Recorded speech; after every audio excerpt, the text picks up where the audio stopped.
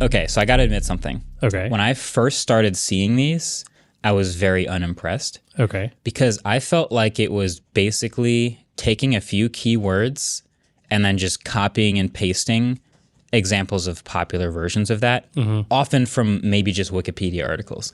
So I had people send me like, what is an armadillo or what is ultimate frisbee? Yeah. And then it would just tell me what ultimate frisbee is, and it would read exactly like the Wikipedia article. Yeah. And I was like, that's not impressive at all. I could ask Google that and it would tell me the same thing.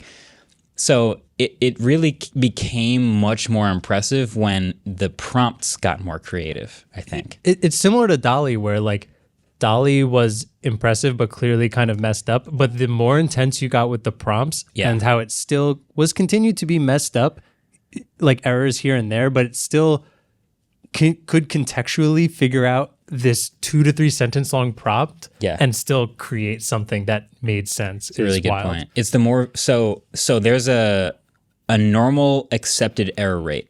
Let's just call it like 10%. And when you just ask DALL-E, give me a cat, and it gives you a cat, but 10% of the things look kind of weird, you're like not impressed. But when you ask DALL-E, give me a cat with 12 legs in the style of Monet on like canvas with like robots fighting in the background, and it actually does 90% of that, it's really impressive. So I feel like it's kind of along the same lines here. ChatGPT, I've had a number of conversations with it. I've asked it lots of things. I even tweeted what I asked for, iOS versus Android essay. I love Android that. versus iOS essay. And at previous versions of that, it got some things wrong. Like it was telling me some things that weren't actually true. But the fact that I was that detailed with my prompt and I was like, give me the style of a YouTube video, give me Android better than iOS, give me these things. I was like pretty impressed that it was actually able to generate that much. Even though a lot of it still kind of does read like it's taking from the top line of an article it found or the second paragraph of the Wikipedia about Android.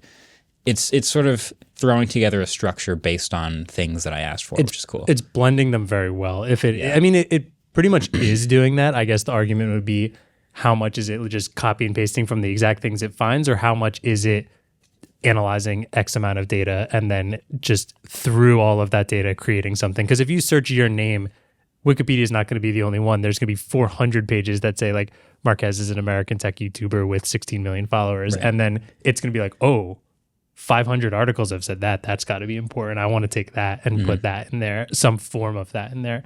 But yeah, the way it contextualizes different things and actually make sure that it's using them all correctly in like a story. For the most part, you're right. There is still an error. There is still an error rate for sure. And some of them you read and you're like, that's awesome. And then I think David was saying something about fastest sea mammal. It's like, oh, that's so cool. And then looked it up. It's like, wait, it's not that. Yeah, like, that's not what it is. Oh. Yeah. Yeah. And I also have like and this will also, I think, be in the video.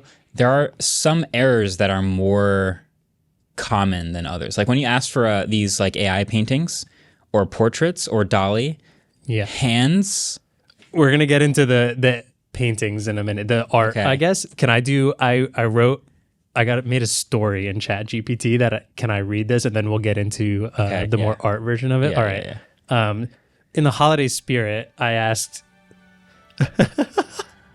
ChatGPT to write a story about how tech YouTuber Marques Brownlee had to take over the role of Santa Claus. Would you like to hear? I would love to hear what it came up with. All right. It was the night before Christmas, and Marques Brownlee, better known as MKBHD on YouTube, was feeling more than a little stressed. As a tech YouTuber, he's used to filming and editing videos, not delivering presents to children all over the world. But that's exactly what he had to do. Thanks to a mix-up at the North Pole, apparently Santa Claus had come down with a terrible cold and was able to make the rounds. And since Marques has been so good this year, the elves had chosen him to take over the job. Marques was a bit hesitant at first, but he knew that it was his duty to help out. So he quickly put on the red suit and hopped into Santa's sleigh, which was powered by the latest and greatest technology. The sleigh was equipped with a GPS system that showed Marques exactly where children lived, and it even had built-in cameras so that he could capture all the reactions as he delivered the presents. As Marques flew from house to house, he couldn't help but smile. He loved seeing the excitement on the faces of the children as they opened their gifts, and he even got to try out some of the new tech toys that he had helped design. Before he knew it, it was time to return to the North Pole. Marques was exhausted, but he felt a sense of satisfaction knowing that he helped to make Christmas special for so many kids. As he handed the reins back to Santa, Marques couldn't help but joke, "I think I might have to retire from tech and become a full-time Santa." Santa just chuckled and replied, "I think we might have to make you an elf." Whoa. You got burned at the end Whoa. of it. That was so good. That was really good, wasn't it? Really good. What was the prompt again? Give me that one more time. It was, write a story about how tech YouTuber Marques Brownlee had to take over the role of Santa Claus. That was... I kind of missed the music already. Yeah, that was really good. It had a punchline at the end. It really... So... Whoa. Yeah, it's a lot of fun to play with. I'm very interested to see where this goes. I can't wait for, like, in 5 years... You just called this before. This is kind of like the highest form of like conversational AI that we're seeing. And in 5 years, when we look back on this and think about how terrible it was, it's going to be really impressive to see where we go. For real. Okay. Now we should talk a little bit about the visual versions. The visuals, yes. There's been we did a whole video about DALL-E. We've talked about DALL-E. It's using, obviously diffusion and creating images from scratch using a natural language text prompt, which is sick. There's another one that's generating AI avatars of people. There's a couple, yeah. And I think with this one, basically you feed it several images. Is that right? So you give it some images of yourself, and it can spit out some cartoon version of you with different situations. It's very DALL-E-like, except this time focusing on humans, although humans that are consenting by giving you their pictures. Prisma Labs did one for you, and you have 1 million photos of yourself online. Yep. And it did a very, very good job. Like, yours are insanely impressive. And I think what it's doing is similar to DALL-E, where it knows what a general person looks like, but the really cool thing is that it can find the stylization of other things and make you into it. Like, this is you. It looks like you're in a chevron hoodie astronaut suit, and like cool, more like that. Miami Vice. Here's you in a purple suit, which is really awesome. Yeah. A lot of it is really cool, and yours are super impressive. You're pretty good. One thing I've noticed that it never really does well, just like DALL-E, hands and text.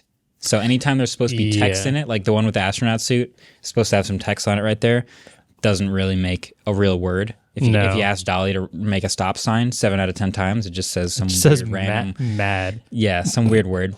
And then I think there's some other YouTube friends that have done this with hands, but even look at the one of me in a purple suit, like that, those hands don't quite match up. There's like a floating thumb on the top of my hands there that isn't connected to either hand. That just happens when you have hands in photos with AI.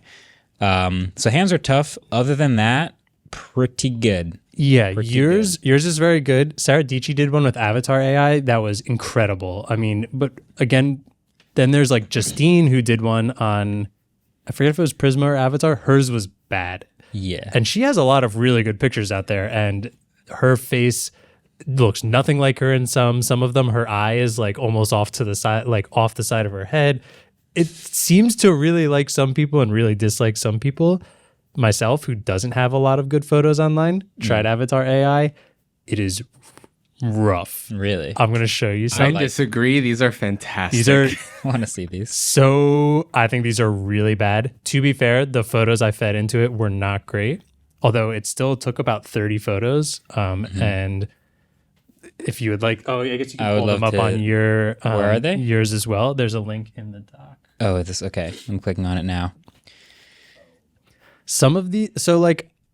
I these are think so good. Some of these are very good. Some of these are very bad. I also totally don't approve of all the categories it put me in. It shows dominatrix as the first category. There's also like gym and for whatever reason, sunflower field. None of them look like me. I look like Dr. House in some of them, which I'm not opposed to. Like, it's funny. Dude, so Andrew, you did not tell me that you starred in Whoa, did a Marac. Wait, what? Oh, the text. The gym one is... I don't think we can show the gym one anywhere. The gym ones are incredible. They don't... So there's a varying amount of resemblance to your face because you can tell it's picking which photo it's going to use and trying to make it look like you. The Picasso one looks less like a photorealistic version. I would argue the ones that look the most like me are just the most standard ones that felt like it's pretty much just pasting the photo that I put in there race car onto driver. it. It like just kind of looks, the race car driver one, you can just tell in specific ones, it is just my face on Michael Schumacher's face. The fashion model one of you in a turtleneck is very good. This is just a young Michael Schumacher with kind of my facial details. Yeah. It looks Like you can tell where it's pulling from on some of these things, and Worder. I don't. This might be one of those things where you should watch the clip later if you can't see all of it because it's a little hard to explain. I think the thing is it's nailing very normal photos of me. The fashion model one, the one of just like in a business suit, or the passport versions of these are all just kind of normal. Where photos I fed into this, a lot of them were from weddings, which I had a suit on. So it's basically just making kind of a drawing version. This side profile of me as a fashion model is like, I posted a side profile picture that was exactly like this. Yeah. And it just feels like the photo of me. Okay, overlaid so that's a onto good. something. This is a really good transition point because there's a tough question behind Yes. all of these, which is how do you credit what it's taking inspiration from? Yes. And so for the ones that you gave it the pictures of, it's fairly straightforward. You gave it a certain set of pictures, so you know what it's drawing inspiration from.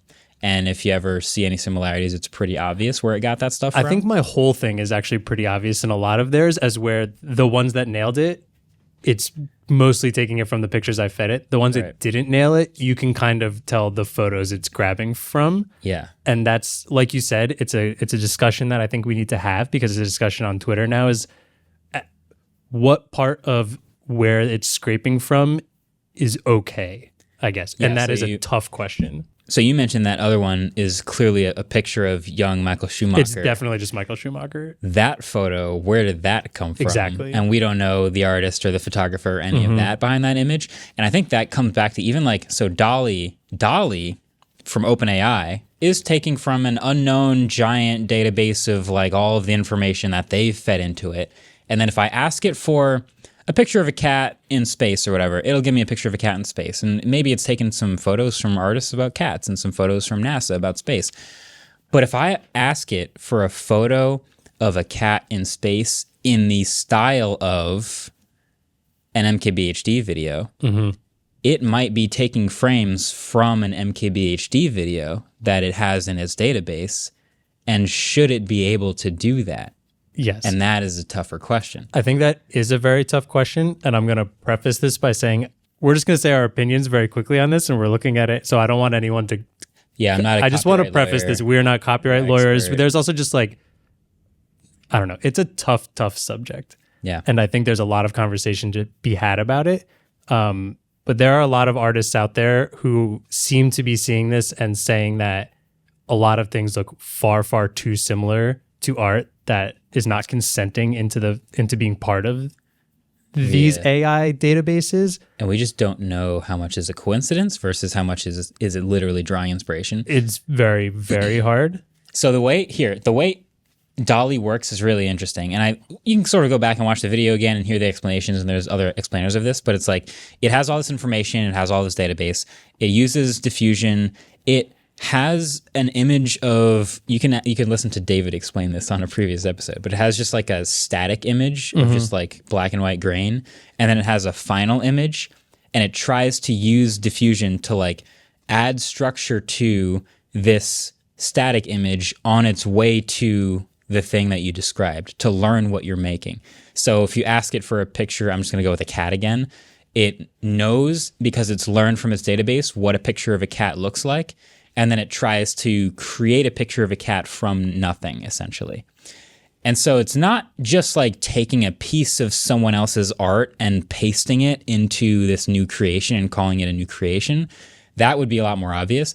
What it's more doing is learning from all these different sources what it thinks you are trying to ask it for, and then creating a new version of that from scratch. And sometimes the level of variation from that new thing is pretty tough. Like there's probably not that many pictures, let's say, of a cat with a purple sky behind it or something. So if you're an artist that made a picture of a cat with a purple sky behind it, and then I ask Dolly for a picture of a cat with a purple sky behind it, it'll probably resemble a little bit more of that artist's photo because it doesn't have as many examples to draw from, if that makes any sense. So it's like if I make more specific, more nuanced art, I am more likely to find issue with my art being drawn from, rather than if I just made like general pictures of cats, you know. It's tough. I also think depending on which AI you're using, there's probably ones that are doing a better job, because I have seen people post that like some of these avatars they're getting have old artists' signatures on them, which means it's definitely taking a little more than just completely learning, and it's more melding things together, which feels... Yeah, if it literally has a signature, then it's definitely not using diffusion. Thanks so much for watching this clip. We're going to do something kind of fun, give you a little sneak behind the scenes here. We normally shoot thumbnails afterwards to make it easier for Tim, and the clip's outro is just going to be us shooting thumbnails, and you can see how we do it. Tim doesn't have to use AI to cut us out because we give ourselves a white background. Yep, so we do this white background, and then Adam is going to bring up a couple points that we talked about today, and Marques has to try and make a face about it. Yeah, so we spoke about knockoff watch bands. I don't know if that's going to be a clip. Definitely not. I just wanted to see what he would do. Marques laid down some hot takes. Yeah. The hot takes. Do the hottest takes. You getting canceled by the crypto community. Ooh. What's his name? Sam Friedman, whatever. That guy shows up at your house tonight. But he's with people. Ah. Now you're interested. EV stick shift. Nailed it. Perfect. Chef's kiss. Yeah. All right, I'm going to Andrew's move my turn. mic now. Sorry.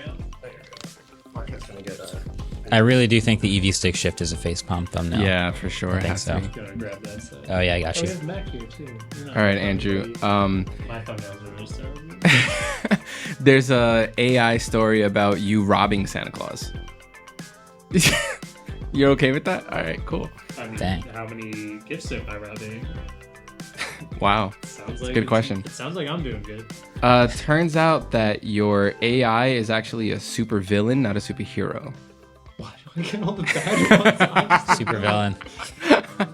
Just because the ones that showed up, you're wearing like a black turtleneck, you look super creepy. That's true. That's my favorite one. The black turtleneck one is fantastic. All right, I think we're good. We got it. Like and subscribe. Thanks for watching the clip. Like and subscribe.